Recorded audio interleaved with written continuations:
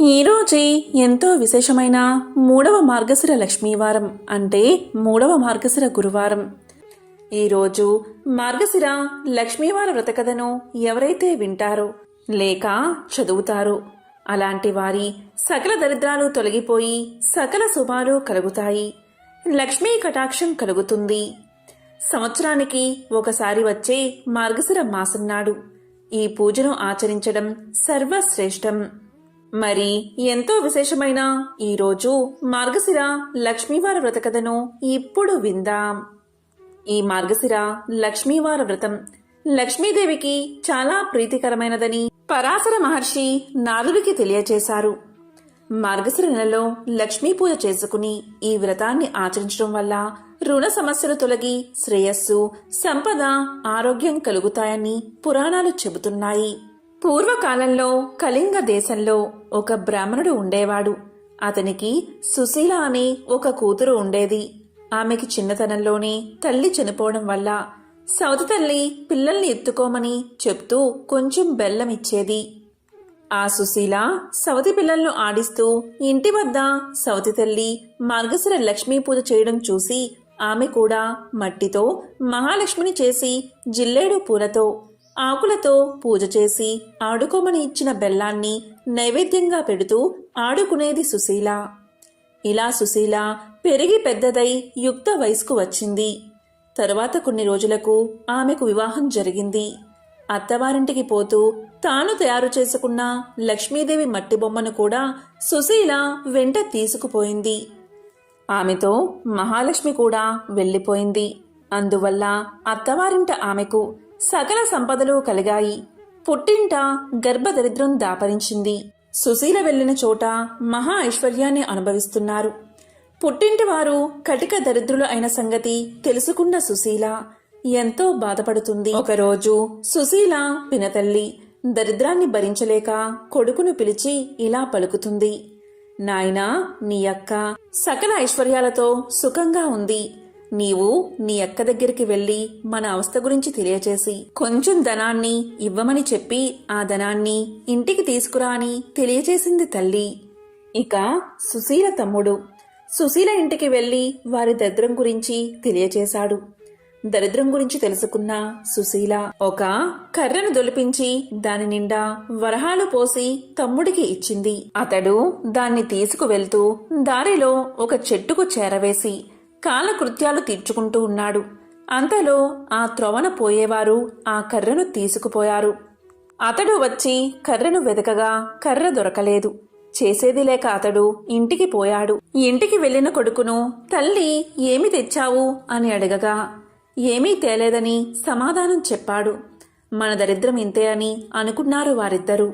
కొన్నాళ్లకు సుశీల తమ్ముడుకు కబురు పంపి ఇంటికి రప్పించుకుని పరిస్థితి ఎలా ఉందని అడిగింది. అతడు ఇంటి పరిస్థితి ఎప్పటిలాగే దరిద్రపూరితంగా ఉన్నదని సమాధానం చెప్పాడు.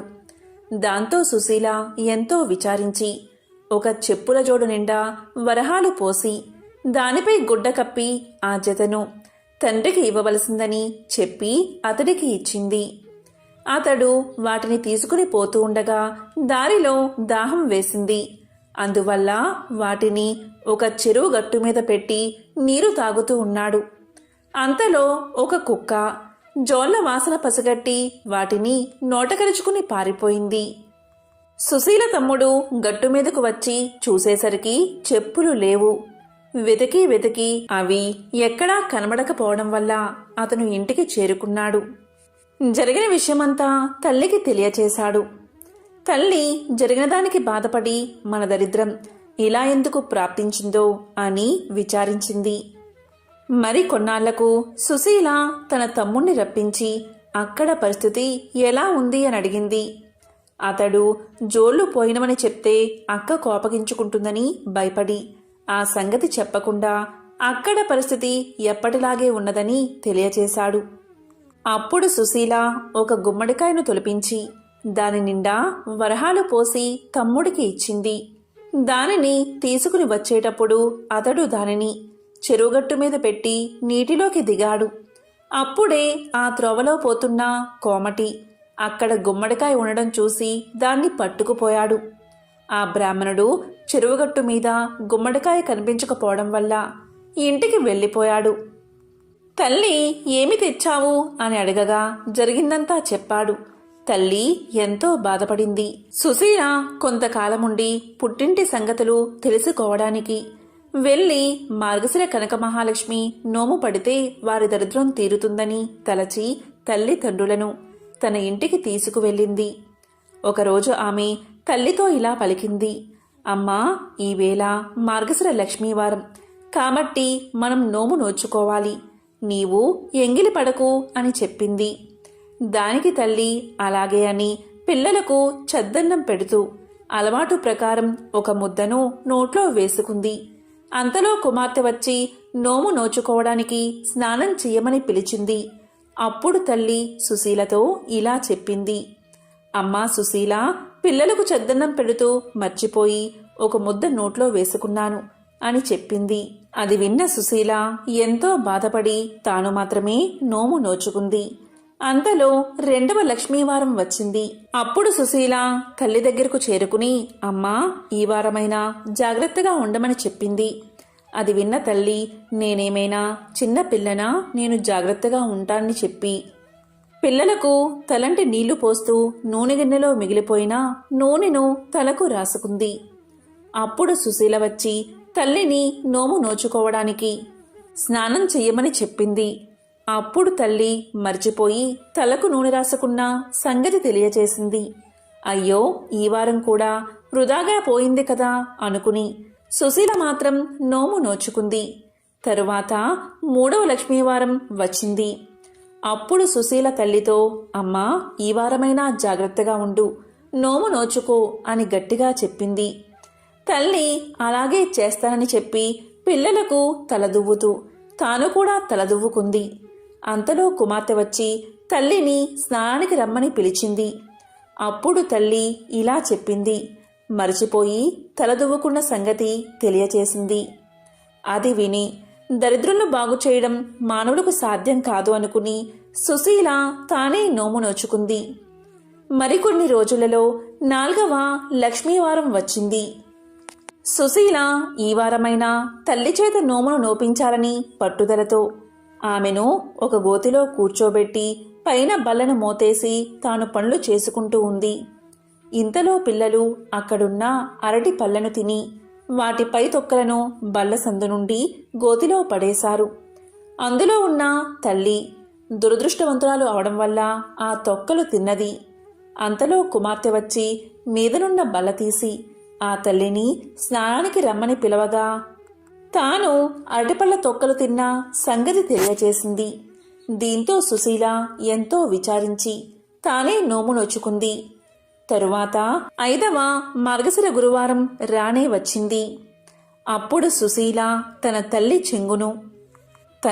చెంగుకు ముడేసుకుని తన వెంట ఆమెను తిప్పుకుంటూ పనులన్నీ ముగించుకున్న తర్వాత ఆమెకు కూడా స్నానం చేయించి నోము నోపించింది. కూతురు పూర్ణపు కుడుములు నైవేద్యం పెట్టినప్పుడు మహాలక్ష్మీదేవి స్వీకరించి తల్లి పెట్టినప్పుడు మాత్రం స్వీకరించలేదు. అది చూసి అలా చేయడానికి కారణం ఏమిటని మహాలక్ష్మిని అడిగింది సుశీల. అందుకు మహాలక్ష్మీదేవి ఇలా పలికింది. అమ్మాయి సుశీల, నీ చిన్నతనమున నీవు బొమ్మలతో ఆడుకుంటూ ఉండగా నీ సవతి తల్లి నిన్ను చీపురు పట్టుకుని కొట్టింది. అందుచేతనే నేను ఆమె నైవేద్యాన్ని పుచ్చుకోవడం లేదు అని పలికింది. అప్పుడా సుశీల తల్లి ఆమె తప్పు క్షమించి నైవేద్యాన్ని స్వీకరించి వారికి భోగభాగ్యాలు కలిగేటట్లు ఆశీర్వదించమని ప్రార్థించింది. దీంతో మహాలక్ష్మి ప్రసన్నురాలై తల్లి కూతుళ్లను దీవించింది. తరువాత సుశీల ఆమె తల్లిచే యథావిధిగా నోము నోపించి నోము పట్టిన మొదటి వారం పులగాన్ని, 2వ వారం క్షీరాన్నాన్ని, 3వ వారం ముద్ద కుడుములను, 4వ వారం పరమాన్నాన్ని నైవేద్యంగా పెట్టించి పుష్యమాసపు లక్ష్మీవారం నాడు పూర్ణపు కుడుములను సమారాధనకు పెట్టించి నోమును పూర్తి చేయించింది. తరువాత ఆమె పుట్టింటవారు దరిద్ర విముక్తులై ధనధాన్యాలతో తులతూగుతూ ఉన్నారు. ఈ మార్గశిర లక్ష్మీవార వ్రత పూజా విధానం దీపావళి లక్ష్మీ పూజ, వరలక్ష్మీ పూజ వలె ఉన్నప్పటికీ అమ్మవారికి సమర్పించే నైవేద్యం వైవిధ్యమైనది. మార్గశిర నెలలో వచ్చే అన్ని గురువారాల్లో ఉదయమే నిద్రలేచి ఇల్లు శుభ్రం చేసి తలస్నానం చేయాలి. ప్రత్యేకించి పూజ ముగిసే వరకు తలకు నూనె రాసుకోవడం, దువ్వుకోవడం చేయరాదు. చక్కగా అలంకరించబడిన లక్ష్మీ అమ్మవారి యొక్క చిత్రపటానికి లేదా చిన్న విగ్రహాన్ని పూజకు సిద్ధం చేసుకుని పువ్వులతో అందంగా అలంకరించాలి. ముందుగా గణపతికి ప్రథమ పూజ చేయాలి. తరువాత లక్ష్మీ అమ్మవారికి అదాంగా షోడశోపచార పూజ, అష్టోత్తర పూజను చేయాలి. నెల రోజులు ప్రతి గురువారం ప్రత్యేక నైవేద్యాన్ని సమర్పించాలి. ఈ మార్గశిర లక్ష్మీ పూజ కథ చదువుకుని అక్షింతలు శిరస్సుపై ధరించాలి. లక్ష్మీ పూజ మార్గశిర నెలలో అన్ని గురువారాలు చేస్తారు. కేవలం 4 గురువారాలు మాత్రమే మార్గశిర మాసంలో ఉంటాయి. కానీ ఈ లక్ష్మీ పూజ పుష్యమాసంలో వచ్చే మొదటి గురువారం రోజు కూడా తప్పనిసరిగా చేయాలి. ఇదే ఇక్కడి విశేషం. ఈ సందర్భంగా లక్ష్మీ అమ్మవారికి సంబంధించిన మరొక విశేషమైన కథను ఇప్పుడు ఈ వీడియోలో తెలుసుకుందాం. అదే మార్గశిర లక్ష్మీవార వ్రత కథ, కనక మహాలక్ష్మీదేవి కథ. పూర్వం పరాశర మహాముని, నారద మహాముని కలిసి త్రిలోక సంచారానికి బయలుదేరారు. వారలా తిరుగుతూ భూలోకంలో ఒక గ్రామాన్ని చేరుకున్నారు. ఆ సమయంలో ఆ గ్రామవాసులకు బ్రాహ్మణ, వైశ్య, క్షత్రియ, శూద్ర జాతుల వారంతా వారి వారి ఇళ్లను గోమయంతో అలకి లక్ష్మీదేవి పాదాల ముగ్గులు పెట్టారు. స్త్రీలందరూ తలంటు స్నానాలు చేసి కొత్త బట్టలు ధరించి మహాలక్ష్మీ పూజ చేస్తూ ఉన్నారు. ఆ గ్రామవాసుల భక్తి శ్రద్ధలకు నారదుడు ఆశ్చర్యపడి పరాశర మునితో ఇలా పలికాడు. మహర్షి, బ్రాహ్మణుల మొదలు కడజాతి వారి వరకు అందరూ కడు సంతోషంతో పూజలు చేస్తున్నారు కదా. ఎవరి గురించి ఈ పూజలు చేస్తున్నారు? వీరు చేస్తున్న వ్రతం ఏమిటి? ఈ వ్రత నియమాలు ఎలాంటివి అని అడగగా పరాశరుడు చిరునవ్వుతో ఇలా చెప్పాడు. నారదా, ఈ దినం గురువారం కదా. ఈ రోజు శ్రీ కనక మహాలక్ష్మికి అత్యంత ప్రీతికరమైన రోజు. అందువల్ల ప్రజలు లక్ష్మీ వ్రతాన్ని ఆచరిస్తున్నారు. సంవత్సరంలోని 12 మాసాలలో మార్గశిర మాసం శ్రేష్టమైనది. మార్గశిర మాసంలోని ప్రతి గురువారమును లక్ష్మీదేవికి చాలా ఇష్టమైన రోజే. శుక్లపక్ష దశమి గురువారం అయితే ఆ రోజు సుదశా వ్రతము అంటారు. ఈ వ్రతం శ్రీ మహాలక్ష్మీదేవికి మిక్కిలి ఇష్టమైనది అని చెప్పి ఊరుకున్నాడు. ఇదంతా బ్రహ్మ మానసపుత్రుడైన నారదుడు ఆలకించి, మహనీయ, మున్ను ఈ వ్రతాన్ని ఎవరైనా ఆచరించారా? వారు ఎలాంటి ఫలితాన్ని పొందారు? ఆ చరిత్రను కూడా వివరించమని వేడుకోగా పరాశరుడు ఇలా చెప్పడం ప్రారంభించాడు. నారదా, పూర్వం ఈ లక్ష్మీ వ్రతాన్ని ఆచరించిన ఒక భక్తుడి చరిత్రను తెలియచేస్తాను. శ్రద్ధగా ఆలకించి ఆనందించు. ఒకప్పుడు లక్ష్మీదేవి శ్రీ మహావిష్ణువుకు సేవలు చేస్తూ ఇలా పలికింది. నాదా, ఈ దినం నా వ్రతాన్ని ఆచరించే గురువారం కాబట్టి మీరు అనుమతి ఇస్తే నగరంలో సంచరించి తిరిగి వస్తాను అని ప్రార్థించింది. లక్ష్మీదేవి కోరికను మన్నించి విష్ణువు అలాగే పోయి రమ్ము అని పలికాడు. అప్పుడు లక్ష్మీదేవి సకల ఆభరణాలు ధరించి పట్టు వస్త్రాలు కట్టుకుని బయలుదేరింది. ఆమె వెళ్ళిన వెనుకనే విష్ణువు ఒక ముసలి బ్రాహ్మణ స్త్రీ రూపం ధరించి ఆ మాయావేషంతో ఒక ఇంటిలోకి ప్రవేశించాడు. ఇక లక్ష్మీదేవి గ్రామ సంచారం చేస్తూ వృద్ధ బ్రాహ్మణ స్త్రీ ఇంటికి వచ్చి ఆమెతో ఇలా పలికింది. ఓ అవ్వా, ఈరోజు గురువారం, మహాలక్ష్మి వ్రతదినం కదా. ఇల్లు గోమయంతో అలకి ముగ్గులు పెట్టలేదేమిటి అని ప్రశ్నించింది. అంతన ఆ అవ్వ, అమ్మా, ఆ వ్రతాన్ని ఎలా చెయ్యాలి, ఎవరిని పూజించాలి వివరించు తల్లి అని వేడుకోగా లక్ష్మీదేవి మందహాసంతో వ్రతం చేసే విధానం చెప్తాను విను అంటూ ఇలా చెప్పడం ప్రారంభించింది. మార్గశిర మాసంలో మొదటి గురువారం నాడు ప్రాతకాలమే నిద్రలేచి గోమయంతో ఇల్లు వాకిలి అలికి లక్ష్మీదేవి పాదాలు కల ముగ్గులు పెట్టాలి. కొత్త కొలతపాత్ర ఒకటి తెచ్చి కడిగి ఎండబెట్టాలి. దానిని వివిధ రకాల బొమ్మలతో ముగ్గులతో అందంగా అలంకరించాలి. స్నానం చేసి శుభ్రమైన వస్త్రాలు కట్టుకుని శుచిగా ఉంచి ఒక బల్ల కడిగి దానిమీద కొత్త ధాన్యం ఎరుపు, నలుపు, తెలుపు రంగులవి కొద్దిగా వెయ్యాలి. మరికొంచెం కొత్త కొలత పాత్రలో వెయ్యాలి. ఆ పాత్రపైన 3 పోక చెక్కలు పసుపు నీటిలో కడిగి ఉంచాలి. తెల్లధాన్యం ఈనెలు తీసుకుని వచ్చి వాటిని జడవలే అల్లి మనసులోని కోరిక తలుచుకుని కొత్త పాత్రపై ఉంచి దానిపై ఎరుపు రంగు వస్త్రాన్ని, పువ్వులను ఉంచాలి. లక్ష్మీదేవిని తలుచుకుని పువ్వులు, గంధం, ధూపదీపాలు సమర్పించాలి. ముందుగా పాలు నివేదించి తరువాత అన్నాన్ని, పిండి వంటలను, కూరలతో మహానైవేద్యాన్ని సమర్పించాలి. ఇది ఒక పద్ధతి. ఇక రెండవ పద్ధతి సుదశా వ్రతము. అదిలా అంటే మార్గశిర మాసంలోని శుక్ల దశమి గురువారం రోజు ఈ వ్రతాన్ని ఆచరించాలి. ఆ రోజు ఉదయమే నిద్రలేచి గోమయంతో ఇల్లు అలికి వాకిలి కడిగి రంగురంగుల ముగ్గులు వేసి లక్ష్మీదేవి పాదము లాంటి ముగ్గులు పెట్టాలి. తరువాత స్నానం చేసి ఒక ఆసనాన్ని శుభ్రం చేసి ముగ్గులు వేసి ఇంటిలో తూర్పు దిశగా ఉంచి లక్ష్మీదేవి పూజ నిమిత్తమై ఒక పోక చెక్కను పసుపు నీళ్లతో శుభ్రంగా కడిగి దానిని పంచామృతంతోనూ శుద్ధోదకంతోనూ స్నానం చేయించి ఆసనంపై ఉంచి గంధం రాసి పుష్పాలు పెట్టి లక్ష్మీదేవిని జపిస్తూ 10 ముళ్ళు వేయాలి. 10 నాడులు కల దర్భగడ్డితో దాన్ని కప్పాలి. లక్ష్మీ చిత్రమును వ్రతడోర్యాలు ఉంచి ధూపం వెయ్యాలి. తరువాత నైవేద్యం నిమిత్తం వండిన పదార్థాలన్నీ సమర్పించాలి.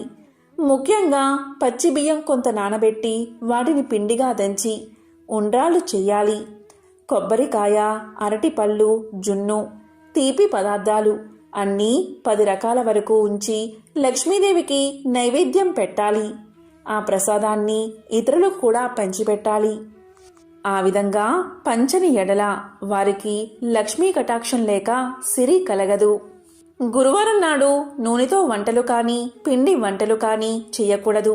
గురువారం పూజ చేసేవారు చేప మాంసం తినకూడదు. తలకు నూనె రాసుకోకూడదు. అంతేకాదు పత్తితో ఒత్తులు చేసిన ఆనపకాయ కానీ నీచు కూరలు కానీ తిన్నా, మంచంపై పడుకున్నా, రాత్రులు పెరుగన్నం తిన్నా లక్ష్మి ఇంట ఉండదు. ఇంకా దరిద్రులు అవుతారు. గురువారం నాడు ప్రాతకాలమే లేచి పొయ్యిలోని కాలిన బూడిదను తీయకపోయినా, వీధి వాకిలి తుడవకపోయినా ఇంట లక్ష్మి నిలవదు. గురువారం నాడు ఏ స్త్రీ శుచి అయి తెల్లని వస్త్రాన్ని కట్టుకుంటుందో వారి ఇంట లక్ష్మీదేవి ప్రసన్నురాలై ఉంటుంది. ఏ స్త్రీ గురువారం నాడు పిల్లలను తిట్టడం, కొట్టడం చేస్తుందో, ఇల్లు వాకిలి శుభ్రం చేయదో, వంట సామాన్లు అంట్లు తోమదో, సాయం సమయమున గుమ్మం దగ్గర సంధ్యాదీపం ఉంచదో, ఆ స్త్రీ ఉన్న ఇంట ఒక్క క్షణమైనా లక్ష్మి ఉండకపోగా ధనహాని, సంతానహాని కలగజేస్తుంది.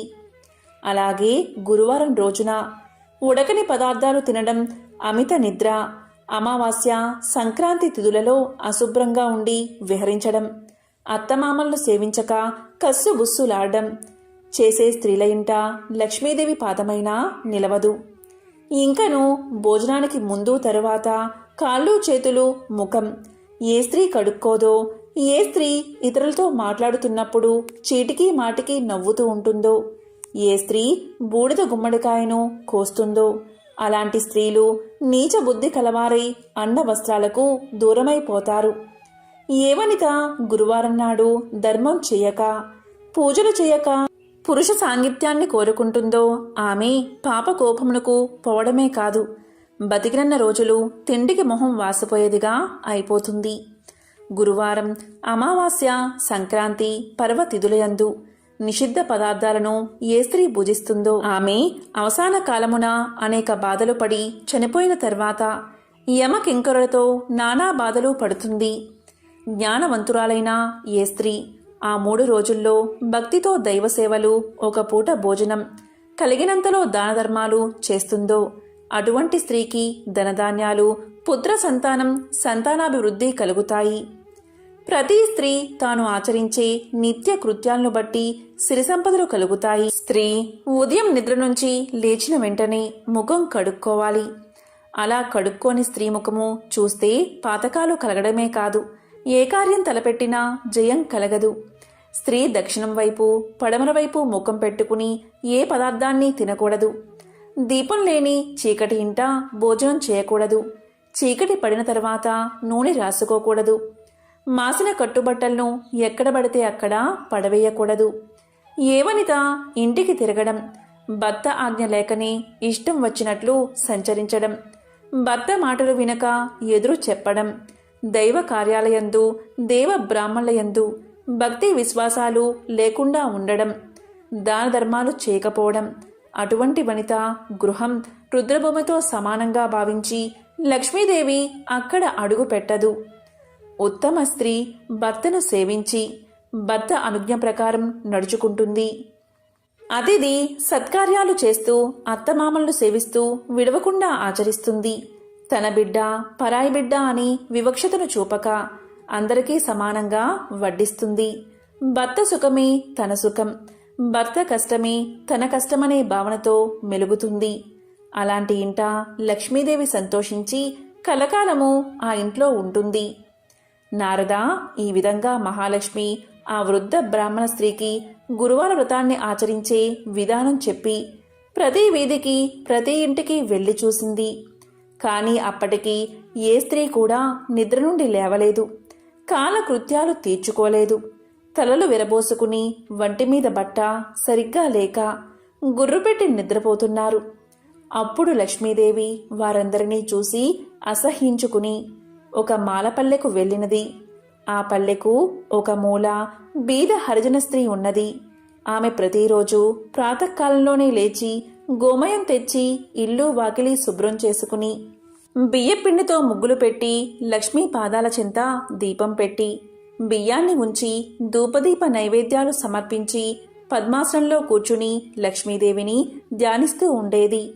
తాను వెళ్లేసరికి ఆ స్త్రీ భక్తితో పూజలు చేస్తూ ఉన్నందున మహాలక్ష్మీదేవి సంతోషించి ఆ పరిశుభ్ర స్థలమున తన 2 పాదాలు ఉంచి ఆమెతో ఇలా పలికింది. ఓ భక్తురాలా, నేటితో నీ కష్టాలు తీరగలవు. నీవు దుఃఖింప పనిలేదు. నీ నిశ్చల భక్తికి నేను ఎంతగానో సంతోషించాను. నీకేం కావాలో కోరుకోమని పలకగా శ్రీ మహాలక్ష్మి సాక్షాత్తు దర్శనం చూడగానే ఆమె నోట మాట రాక ఎవరాన్ని కోరుకోలేకపోయింది. మళ్ళీ లక్ష్మీదేవి ఇలా పలికినది. మరలా లక్ష్మీదేవి ఇలా అన్నది. నీవు బ్రతికి ఉన్నాళ్లను అష్ట ఐశ్వర్యాలతో తులతూగిదువుగాక, జన్మాంతరమున వైకుంఠానికి వచ్చదువుగాక. నా వ్రతాన్ని ఆచరిస్తూ ఉండు. నీకు శ్రీహరి అనుగ్రహం కూడా కలుగుతుందని చెప్పింది. మహాలక్ష్మి చెప్పిన ప్రకారంగా ఆ హరిజన స్త్రీ కడు నిష్ఠతో ధ్యానం చేస్తూ ఉన్నది. లక్ష్మీదేవి పాదాలయందే మనసు లగ్నం చేసి ఉన్నందున ఆమె భక్తికి లక్ష్మీదేవి ఆనందించి ఆమె ఉన్న పూరెగుడిసెను పెద్ద భవంతిగా మార్చినది. ఇంటికి 4 మూలలా ధనరాశులు ఉన్నాయి. దానివల్ల ఆమె భాగ్యవంతురాలు అవడమే కాదు 5 పుత్రులను కూడా కన్నది. ఓ నారద, ఇంకా విను. ఆ హరిజన స్త్రీకి లక్ష్మీదేవి ఐశ్వర్యాన్ని కలిగించిందంతా బలరాముడు తన దివ్య దృష్టి వల్ల తెలుసుకుని విష్ణుమూర్తి వద్దకు వెళ్ళి ఇలా పలికాడు. లక్ష్మీదేవి మాల పల్లెకు పోయి అంటరాని మాల స్త్రీకి సిరి సంపదలు ఇచ్చినందున మహానేరం చేసింది. కాబట్టి లక్ష్మిని నీ మందిరంలోకి రానివ్వదని తెలియచేశాడు. అంతలోనే గ్రామ సంచారం చేసుకుని వస్తున్న లక్ష్మీదేవిని విష్ణు మందిరంలోకి ప్రవేశిస్తూ ఉండగా బలరాముడు ద్వారమునికి అడ్డంగా నిలబడి లోపలికి రావద్దని శాసించాడు. అదేవిధంగా శ్రీ మహావిష్ణువుతో శ్రీహరి నీవు ఈమె ముఖాన్ని చూడవద్దని ఆజ్ఞాపించాడు. అన్నగారి ఆజ్ఞ ప్రకారం లక్ష్మీదేవిని విడిచిపెట్టడానికి హరి ఒప్పుకున్నాడు. వెంటనే లక్ష్మీదేవి తాను ధరించి ఉన్న బంగారు నగలు తీసేసి పట్టు చీరను విడిచి చిరిగిన వస్త్రాలు ధరించి ఇల్లు విడిచి వెళ్ళొద్దని పరిచారికలు ఎంత బతిమాలినా వినకుండా మరలా వస్త్రాన్ని చెప్పి వెళ్ళిపోయింది. ఆమె వెళ్ళిపోయిన తర్వాత బలరాముడు శ్రీహరితో కలిసి మందిరంలోని ప్రతి గదిని చూడగా అన్ని గదులు వెలవెలబోతూ ఉన్నాయి. ధనాగారంలో ధనం లేదు. వస్తు సామాగ్రి అంతా మాయమైపోయింది. వంటలు వండడానికి పదార్థాలు లేవు. బంగారు బిందెలు మట్టి కుండలుగా మారిపోయాయి. ఆఖరికి తాగడానికి పాత్రగాని నీరుగాని లేకపోవడం వల్ల దాహంతో ఉపవాసం ఉండి నిద్రపోయారు. మరునాడు ప్రాతకాలమున ముఖం కడుక్కోవడానికై నీరు దొరకలేదు. ఇక వారిద్దరికీ ఏమీ తోచలేదు. అంత బలరాముడు జగన్నాథుడైన విష్ణుమూర్తితో ఇలా పలికాడు. తమ్ముడు, మనం నిన్నటి రోజున ఆహారం తీసుకోలేదు. చాలా నీరసపడిపోయి ఉన్నాము. ఈ రోజైనా తిండి తినకపోతే ఎలా బతుకుతాము? అన్నీ కొరతగా ఉన్నాయి. కాబట్టి మనం బిచ్చమెత్తైనా ప్రాణాలు నిలబెట్టుకోవాలి. కాబట్టి ఇద్దరం బయలుదేరదాం రమ్మని అనగా జగన్నాథుడు అంగీకరించాడు. ఈ ఇద్దరూ సాధు వేషాలు వేసుకుని భిక్షాటనకు బయలుదేరారు. వారు ఎవరింటికి వెళ్లి అడిగినా వారు కపట సన్యాసులు, చోరులు అని ఒక్కరూ భిక్ష పెట్టలేదు. కసరి పొమ్మన్నారు. అలా వారిద్దరూ తిరుగుతూ ఒక షావుకారు ఇంటికి వెళ్లి భిక్షాందేహి భిక్షాందేహి అని అన్నారు. వెంటనే ఆ షావుకారు వారిద్దరినీ ఆదరించి కూర్చోబెట్టి భోజన పదార్థాలు తేవడానికి లోపలికి పోయి చూడగా పదార్థాలన్నీ మాయమైపోయాయి. దానితో బలరామకృష్ణుడు ఆకలి బాధతో తూలిపోతూ ఒక చెరువు దగ్గరకు చేరుకున్నారు. ఆ కొలను నిండా పద్మాలు విరబూసి ఉన్నాయి.